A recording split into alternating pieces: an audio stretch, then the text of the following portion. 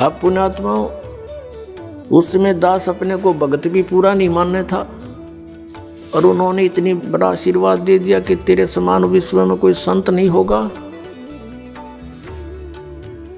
तो कहते हैं गुरु मेहर करे तो काग से हंस बना दे। उन्होंने अपनी मेहर से इस दास को, कव्वे को हंस बनाया, अपने ही आशीर्वाद से संत बनाया।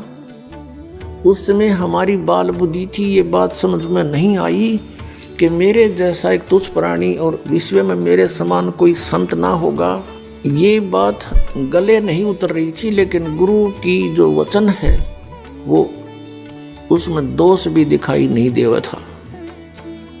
जैसे कोई छोटा बालक होता है और उसको कोई कहता है कि बेटा वो पेन ला, वो जैसे पेन रखा होता है, ये पेन रखा हो और वो बच्चा उठा लेता है, वो पूछता है डैडी ये क्या है, पिताजी ये क्या है। पिताजी कहता है बेटा पेन है।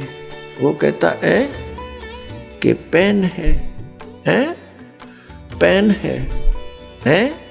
और इस बात को कहते कहते उसको रख के वो और खेल लग जाता है।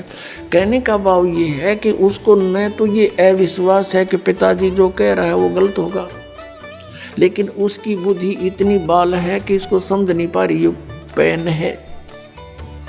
वो ऐसे उसको छोड़कर चला जाता है। तो इस दास की अब वो ऐसा थी। उन्होंने कहा कि तेरे बराबर विश्व में कोई संत नहीं होगा। तो उस समय दास स्थिति में था और वो जो कह रहे थे तो पेन था ही। तो अब इस बात का कुछ एहसास हो रहा है, क्योंकि अन्य संतों ऋषियों के जो अनुभव देखे दास ने, इनके पास तक खख भी को नहीं अध्यात्म ज्ञान का। तो हम इस योग्य नहीं थे, गुरु जी के आशीर्वाद से हो गए, यो ज्ञान हो गया, बुद्धि खुली।